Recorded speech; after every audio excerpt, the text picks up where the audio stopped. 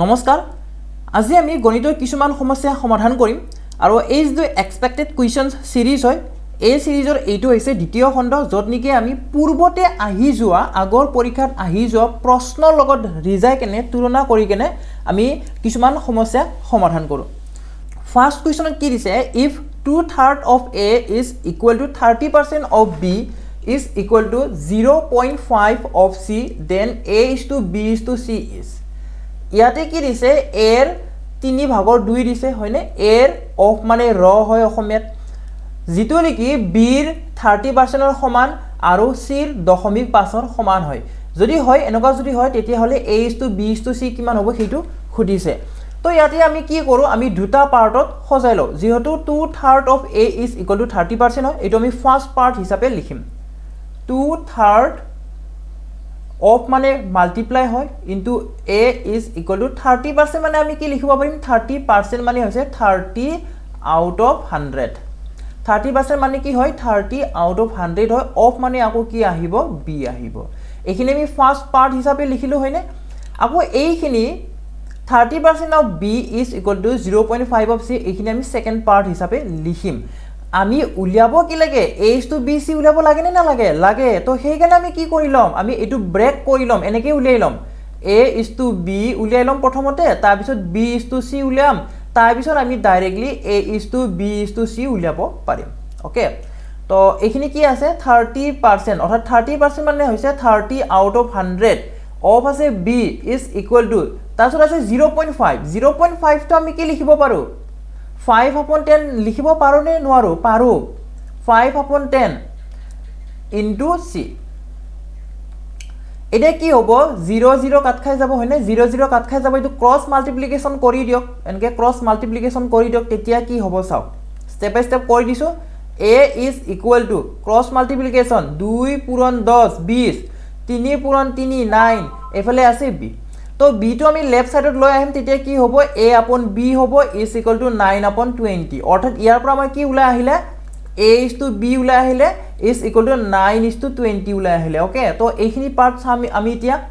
0 0 cancel কৰিলো হয়নে 0 0 cancel কৰিলো আৰু এইফালে আমি 5 ৰে 10 কাটিব পাৰিম 5 2 গুণ 10 5 1 5 ইয়ালৈকে ক্লিয়াৰ হৈছে এটা ক্ৰস মাল্টিপ্লিকেশন কৰক ইয়াটো কি হ'ব তেতিয়া 2 পূৰণ 3 6 6B is equal to 10 into C হ'ব 10C এটা C টো বাওফালে লৈ আহক তেতিয়া কি হ'ব B upon C হ'ব তাছত ইফালে হ'ব 10 upon 6 কি হ'ব 10 upon 6 হ'ব এটো আমি 2 ৰে কাটিবই পাৰিম দেখোন তো কাটি ল সৰু কৰি ল হয়না আমাৰ কাৰণে সুবিধা হ'ব 2 3 গুণ 6 আৰু 2 5 গুণ 10 কিমান হ'ব 5 upon 3 হ'ব কি হ'ব 5 upon 3 হ'ব এটা কথাটো হল এটা কথাটো চাও ইয়াতে B কিমান আছে চাও ইয়াতে B আছে 20 ইয়াতে B কিমান আছে চাও B আছে 5 B কিমান আছে 5 আছে তো এইটো B টো আমি ইকুৱেল কৰিব লাগিব মানে দুটা ক্ষেত্ৰতে হয়নে তেতিয়াহে আমি A is to B is to C লিখিব পাৰিম সেই কাৰণে আমি কি কৰিম A যেটো B is to C হয় B is to C হয় সেই যেটো ৰেশিও আছে সেইটো আমি কিহেৰে মাল্টিপ্লাই কৰিম 4 ৰে মাল্টিপ্লাই কৰিম কিয় বলো এই B টো আমি 20 কৰিব লাগিব কাৰণ B টো 5 হৈ আছে ওকে তো 5 upon 3 into 4 into 4 আমি কৰিম তেৰা নিউ ৰেশিও কি আহি যাব 20 upon 12 আহি যাব অৰ্থাৎ আমাৰ आंसर উলাই গল A কিমান আছে চাও A এৰ ভাগত আছে 9 A is to B is to কিমান হ'ব A এৰ ভাগত আছে 9 9 is to আহিব B এৰ ভাগত B দুইটাতে ইকুৱেল আছে নে চাও 20 ইয়াটো আছে 20 ইয়াটো আছে অৰ্থাৎ B হৈছে 20 আৰু C কিমান আছে C আছে 12 অৰ্থাৎ আপোনাৰ आंसर কিমান হ'ব 9 is to 20 is to 12 9 is to 20 is to 12 option A is the correct answer option A to হৈছে শুদ্ধ উত্তৰ আশা কৰিছো আপোনালোকে বুজি পাইছে এনেকুৱা ধৰণৰ কোৱেশ্চন কিন্তু গ্ৰেড 3 অলৰেডি আহিছে এক্সামত মনত ৰাখিব গতিকে প্ৰেক্টিস কৰিব এনেকুৱা ধৰণৰ সেম টু সেম প্যাটাৰ্নৰ কোৱেশ্চন অলৰেডি গ্ৰেড 3 আহিছে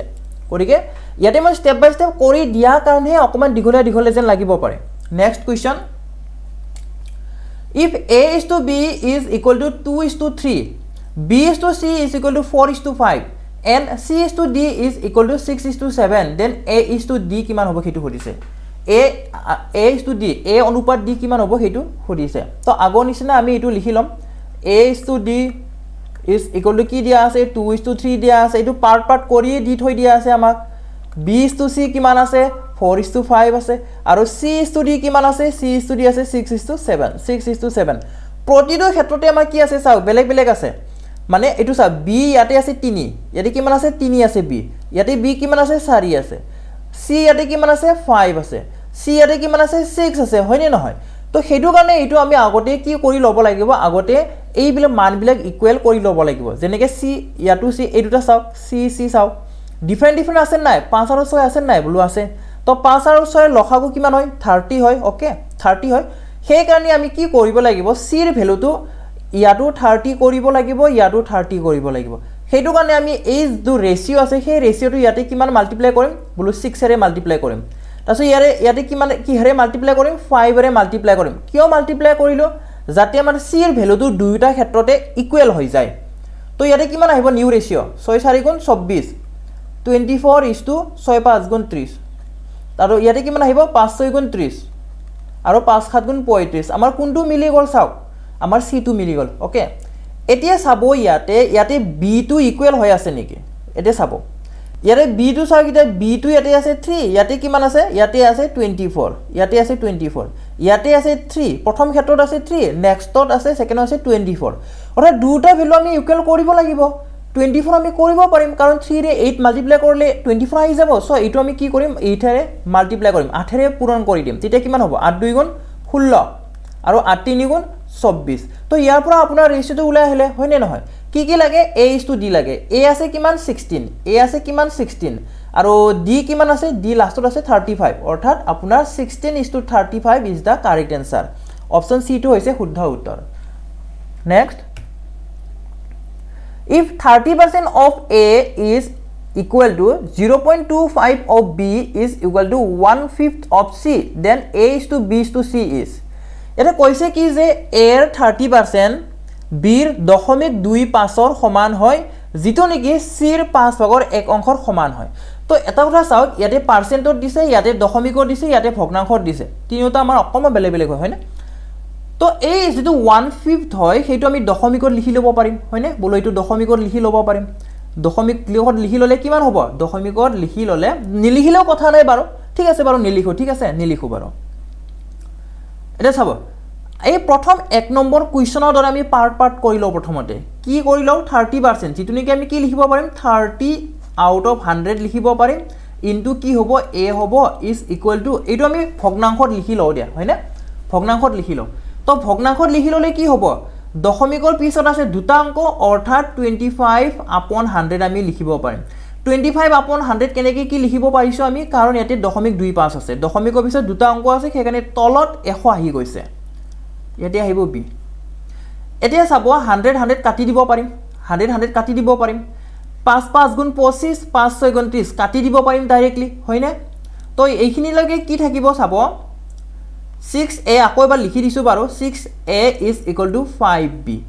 তো a is to b অৰ্থাৎ a upon b কি হ'ব b টো আমি লেফট সাইডত লৈ আহিছো ওকে ৰাইট সাইডত অলৰেডি 5 আছে এই যেটো লেফট সাইডৰ 6 হয় এটো যদি ৰাইট সাইডত লৈ যাও কি হ'ব আমাৰ 5 ৰ তলত বহিব কি হ'ব 5 ৰ তলত বহিব অৰ্থাৎ আপুনি ইয়াৰ পৰা কি পালে a upon b মানে হৈছে a is to b which is equal to 5 is to 6 okay এইখিনিলৈকে আমি আধা পাই গলো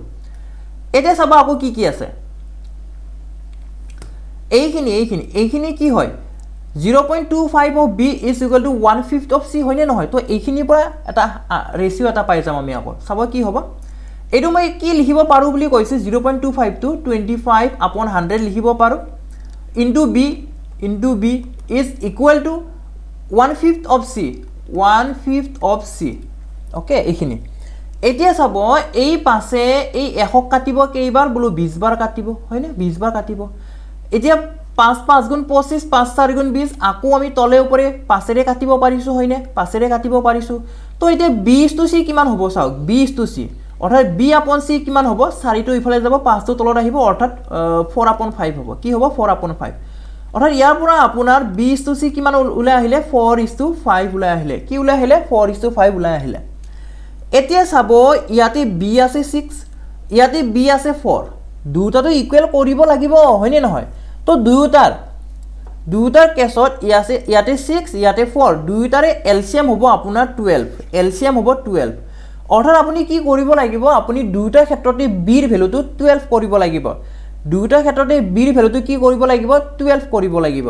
অৰ্থাৎ 8 যেটো ৰেশিও হয় হেতু আমি কিহেৰে মাল্টিপ্লাই কৰিম দুটা আমি মাল্টিপ্লাই কৰিম কিহেৰে 2 এৰে মাল্টিপ্লাই কৰিম তেতিয়া কি হ'ব 10:12 আহি যাব ওকে আৰু এইফালে আমি কিহেৰে মাল্টিপ্লাই কৰিম আমি 3 ৰে মাল্টিপ্লাই কৰিম এই ৰেশিওটো 3 ৰে মাল্টিপ্লাই কৰিলে আপোনাৰ কি হৈ যাব 12:15 আহি যাব দুটা কিন্তু মনত ৰাখিব দুটা তলে ওপৰে অৰ্থাৎ এই ভগ্নাংশৰ ক্ষেত্ৰত তলে ওপৰে পূৰণ কৰা নিচিনা হয় তেতিয়াহে আমাৰ ৰেশিওটো সেম থাকে ওকে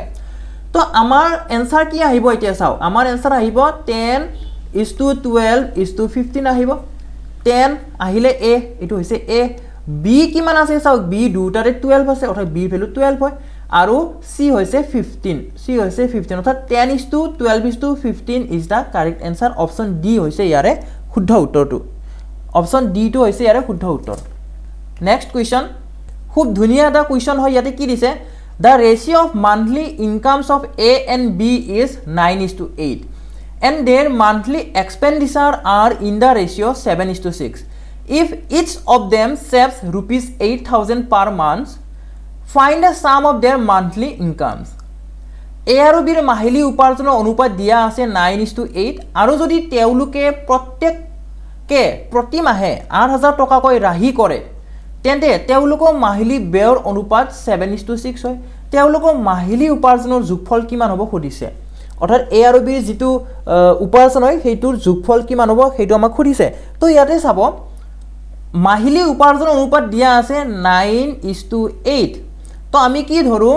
a আৰু b আছে হয়নে তো ইহতৰ মাহিলী ইনকাম হৈছে 9x আৰু কি হ'ব 8x হ'ব যেহেতু অনুপাতত দিয়া আছে অনুপাতত থাকিলে লঘিষ্ঠ আকাৰত থাকে হয়নে তো হেতুৰ কাৰণে আমাক কি লাগিব এটা কমন মাল্টিপল লাগিবই লাগিব যদি তেওঁলোকে প্ৰত্যেকে প্ৰতি মাহে কিমান টকাকৈ ৰাহি কৰে বলো 8,000 টকাকৈ ৰাহি কৰে এই যেটো 9x হয় এই 9x টো হৈছে a ৰ মাহিলী উপাৰ্জন 8x টো হৈছে b ৰ মাহিলী উপাৰ্জন তো এই উপাৰ্জনৰ পৰা আমি যদি ৰাহি কৰাখিনি বাদ দি দিও তেতিয়া আমি ব্যয়খিনি পাম নে নাই বলো পাম হয়নে তো কি হ'ব চাওক এতিয়া 9x upon 8x এইটো হৈছে আমাৰ ৰেশিও ইহতৰ পৰা কি কৰিব লাগে 8,000 টকা ৰাহি কৰিব লাগে তো আমি মাইনাস কৰিম 8,000 কি কৰিম 8,000 মাইনাস কৰিম তো ৰাহিখিনি বিয়োগ কৰাৰ পিছত আমি কি পাও আমি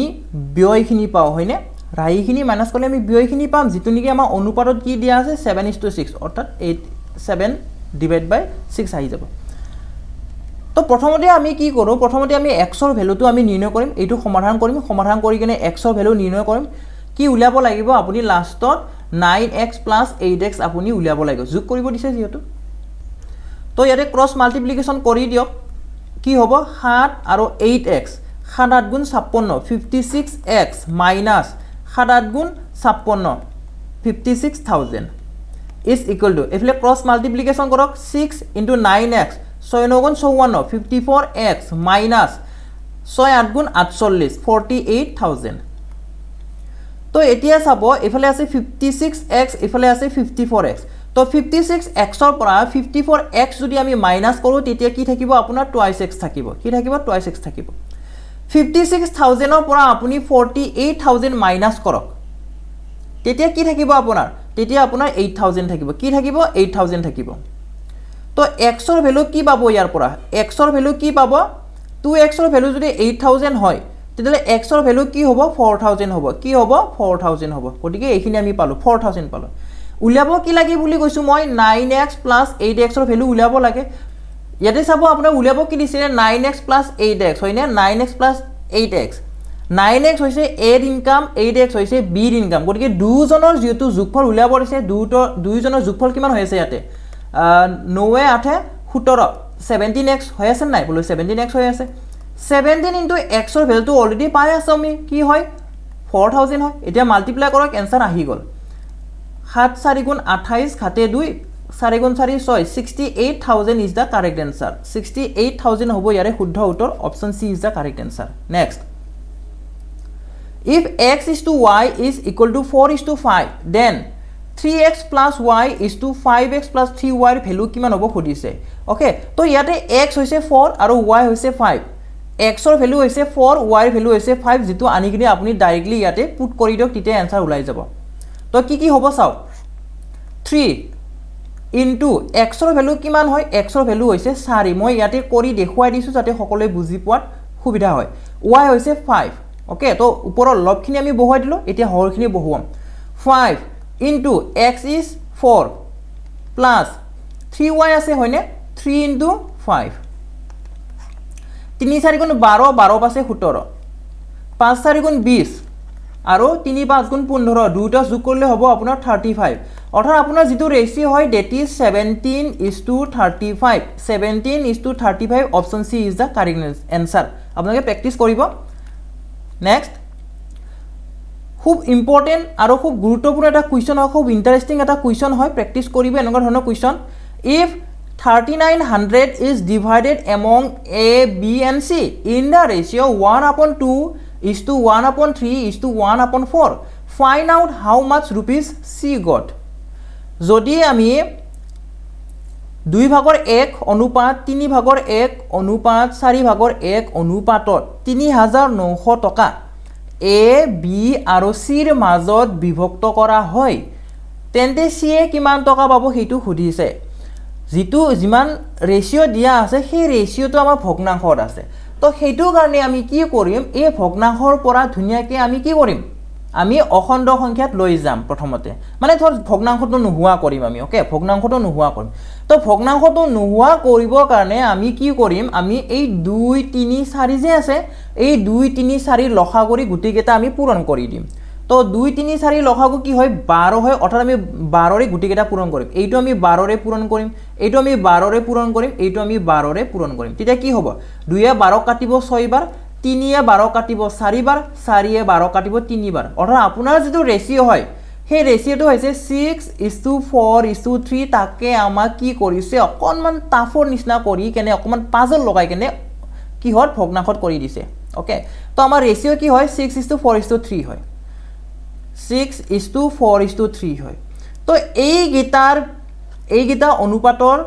C এ কিমান অনুপাত পায় 3 অনুপাত পায় C এ কিমান অনুপাত পায় 3 অনুপাত পায় অৰ্থাৎ কথাটো এনেকুৱা ধৰণৰ আপুনি কি কৰিব লাগিব চাওক 6 4 যোগ 10 হ'ব 10 এ 3 13 হ'ব অৰ্থাৎ আপোনাৰ যেটো 3900 টকা আছে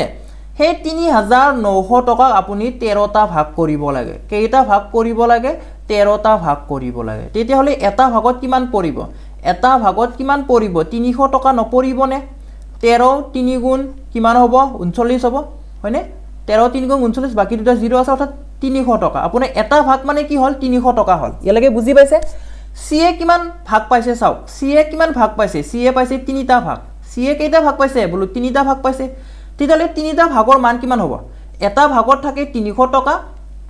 3টা ভাগত কিমান থাকিব 900 টকা অৰ্থাৎ C এ 900 টকা পাইছে C এ কিমান টকা পাইছে 900 টকা পাইছে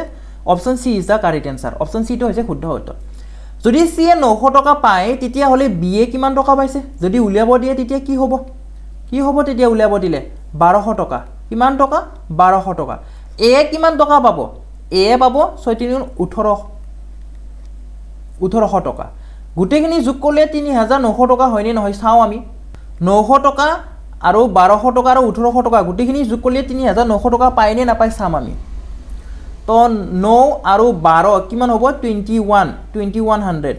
আৰু 1800 আছে অৰ্থাৎ 3900 হৈ গৈছে হয়নে নহয় তো কেতিয়াবা এনেকুৱা ধৰণৰ কোৱেশ্চন দি কিনে কি দিব পাৰে জানেনে আপোনাক পাঠকে উলাব দিব পাৰে যেনেকৈ ধৰক A আৰু B A আৰু C ৰ মাজৰ যিখিনি টকা আছে তাৰে পাৰ্থক্য কি হ'ব বা A আৰু B ৰ মাজৰ যোগফলটো কি হ'ব এনেকুৱা ধৰণৰ কোৱেশ্চনক খুদিব পাৰে কেনেকুৱা ধৰণৰ কোৱেশ্চন খুদিব কোনো ডাইৰেক্টলি ক'ব নোৱাৰে তো হেতু কাৰণে আমি কোৱেশ্চন বিলাক লৈ কেনে প্ৰেক্টিস কৰিব লাগিব তো আজি ভিডিওটো আমি ইমানতে সামৰণি মাৰিম ভিডিওটো শেষলৈ চোৱাৰ বাবে ধন্যবাদ